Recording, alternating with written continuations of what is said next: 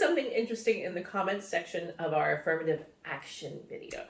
Yes, that was a spirited conversation, talking about the lack of support for the program. Yes, but no.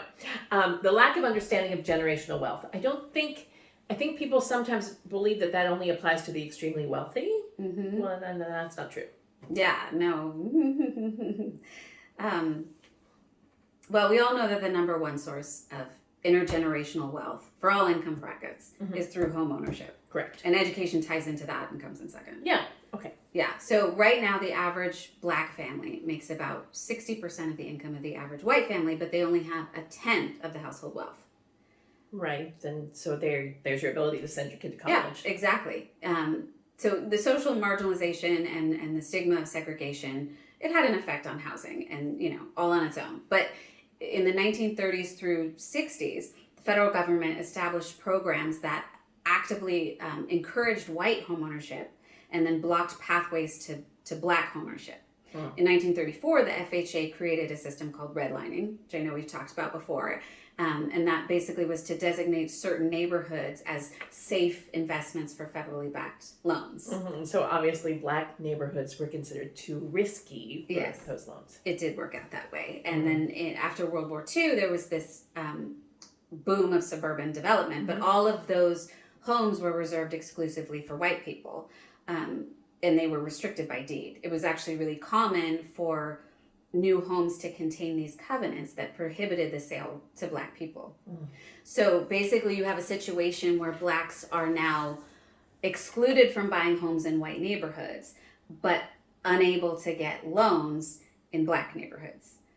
So it was actually in fact the Realtors Code of Ethics basically prohibited realtors from selling Black people homes in white neighborhoods. They could actually lose their license. Oh my God. Yeah, so all of this left Blacks vulnerable to contract loans, which I know we've talked about. We'll get back to that.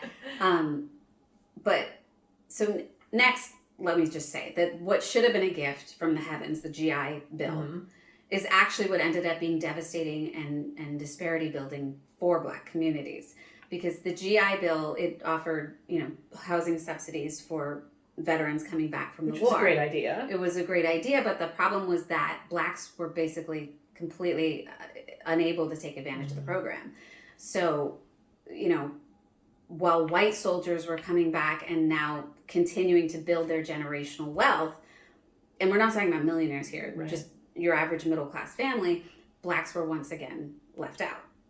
And we're talking about wealth that goes into college educations and retirement, not just inheritance. And so, for example, in New York and New Jersey, out of a group of 67,000 GI loans, fewer than 100 went to non-whites. Wow. And then when you look at Mississippi, out of a group of 3,200 loans, 2 went to Black veterans. Oh my God.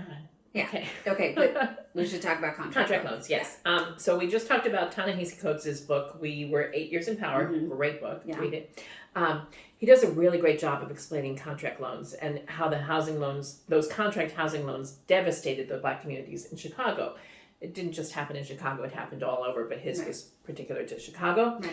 So you talked about the fact that due to redlining and bias, implicit or not, the FHA would not extend mortgages to Black homeowners. Right. But white folks came up with a solution. They did. And their solution was that they would buy homes designated by FHA as Black communities. So then they would offer loan contracts to Black families to essentially buy the houses. Exactly. So, of course, at 2 or 3 times the price that a white family would have paid. So they had all these ridiculous stipulations, like if you missed a payment or you were behind or you were late on one payment, then the house would default back to the white owner. And all of their payments would be lost, and they would have accrued no equity in the house. Yeah, and meanwhile, they're expected to pay into these homes, put money into them for upkeep and repair and, just making it a home. Right. And so there was a myriad amount of ways that they could lose their home, and through the minor infractions. Minor. The stuff no one would think about. So it should be clear it was in the interest of the white owner to induce that default. Yeah.